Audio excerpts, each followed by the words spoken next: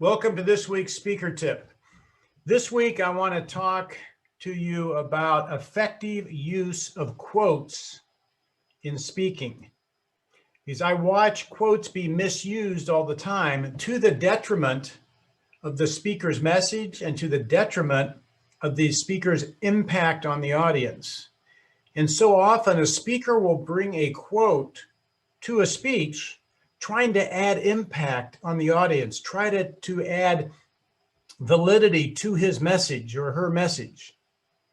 And it actually has the opposite effect. But also, let me start off by saying there are different types of speaking, and quotes are used differently depending on the type of speaking you're doing.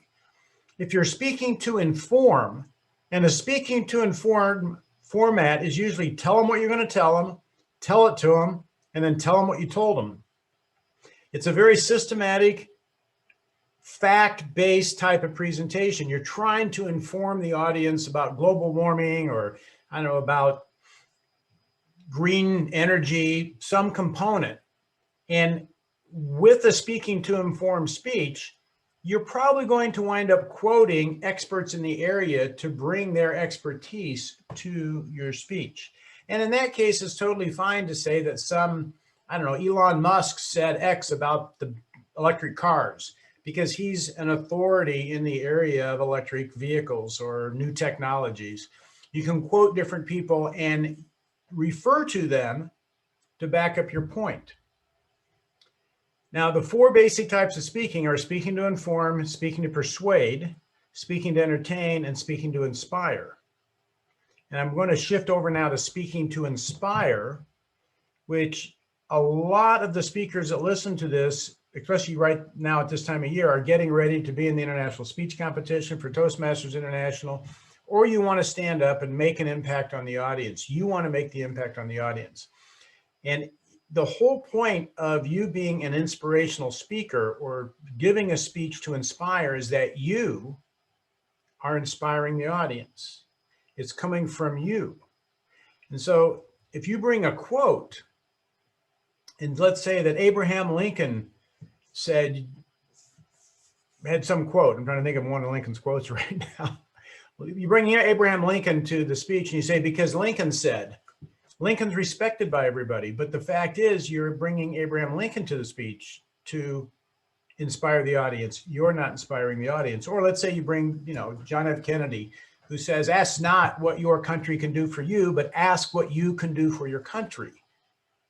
And you say, because JFK said this, or Gandhi said, you must be the change that you want to see in the world. Gandhi said that, therefore you should do it. It's now Gandhi who is inspiring your audience, not you. So when you use a quote specifically in an inspirational format, this is my rule that I try to follow and I feel works best. You can certainly try things yourself. This is what I've learned works best. The quote should come from the influencer, the authority that said the quote. The quote should come from them to me. And then I share with the audience how that quote affected me. Therefore, I remain the source of the inspirational message. So and this is actually a true story, where for 7 years, I worked on international human rights programs, and there was a quote that Martin Luther King Jr. said that influenced me and inspired me and motivated me to do those actions. And that is that injustice anywhere is a threat to justice everywhere. And when I heard that quote, I realized that if I did not fight injustice at the source, it was a threat to the justice I had here. And at some day I would have to fight it here. That's what I realized. I will go fight it at the source rather than wait till it comes on my doorstep and fight it, and which would probably be too long. It would be too late at that point. But the fact is, I heard that quote. This is how it affected me. Here's what I did when I heard it. Now, if I was making a speech about we need to get involved in human rights. We need to support individual freedoms and individual liberties because Martin Luther King Jr. said injustice anywhere is a threat to justice anywhere. I just turned the speech over to Martin Luther King Jr. and I'm asking him to be the authority. I'm asking him to influence you because in my humble opinion, I don't feel I'm necessarily good enough to really, I don't feel you're going to believe me. I'm not good enough. I got to bring Martin Luther King here to tell you because you'll believe him. Hope this is making sense to you. The quote should come to you on how it affected you, and then you should go tell the audience on how that inspired you. The audience will get the quote. They will see the meaning of the quote, but you remain the source of the inspiration in the speech. You're not turning it over to somebody. Now, quite honestly, again, and mostly my speech coaching, I'll see people that have 7, 8, 9 quotes in a speech, and it's like constantly turning over their message to authorities other than themselves, trying to prove that their viewpoint or their message is right because all these authorities have said the same thing. So if you understand the whole aspect of being the originator of your message, of being the source of your message, you keep turning it over to somebody else to prove that you're okay. Now, I have 2 examples I want to show you from the international speech competitions, what I feel are exceptionally great uses of quotations and blending it in where it reinforces their message, but at the same token causes the audience to think. The first person, I'm going to share my screen here. The first person I'm going to go with is Darren LaCroix, a good friend of mine. And Darren is the 2001 world champion. And in this part of the speech, he quotes a Brian Tracy quote. And the quote, I don't have it verbatim, but the quote is basically, what would you dare to do if you knew there was no chance of failure? And he could have very easily looked at the audience and said, because Brian Tracy said, what would you dare to do if there was no chance of failure? How many things are you not doing in your life because you are afraid of failing? And he uses that with Brian Tracy being the authority, but he doesn't do that. Watch how he does this. He gets the Brian Tracy quote and he applies it to his life. So let's watch this just for a second here. I remember when I had my ridiculous idea. I was listening to a tape of Brian Tracy, a great speaker. He asked a question. He said, what would you dare to dream if you knew you wouldn't fail? I struggled for an answer and then, bing! I'd be a comedian. Okay, you see how he just did that? He struggled for the answer. He listened to Brian Tracy. He struggled for the answer. He thought, I'd be a comedian. He kept it to himself. I was sitting in the audience watching Darren compete, and I remember that quote, and I thought, what would I dare to do if there was no chance of failure? That quote still had an effect on me, but Darren remained the source of his speech and is a world champion speaker.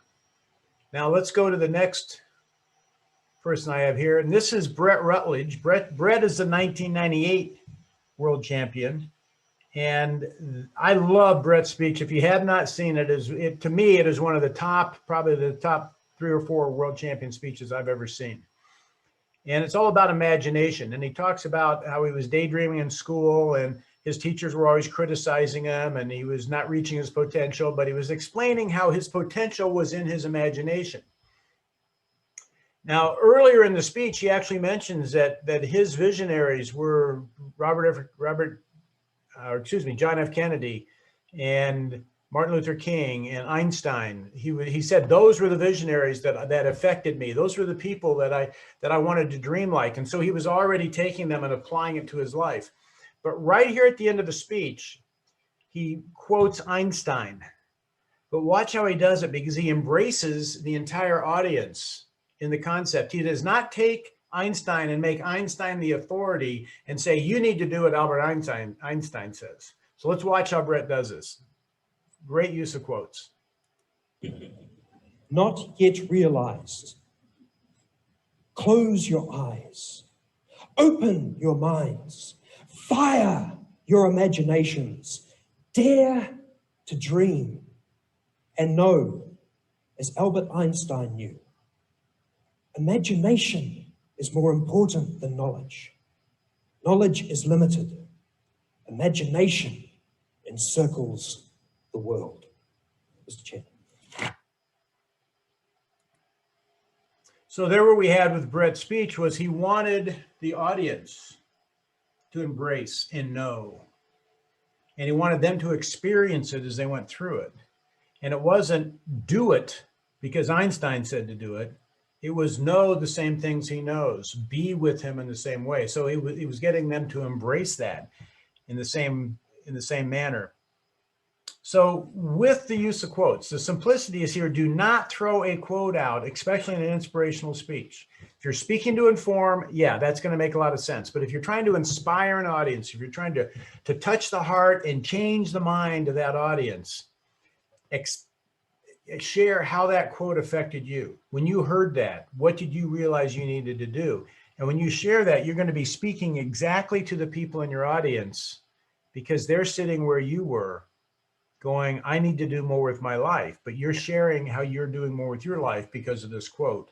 And you don't have to cram it down their throat and say, you need to follow this quote. Your example will give them the motivation to follow the quote, to follow the lesson in your speech, while you remain the source of the inspiration of your speech. Till next week.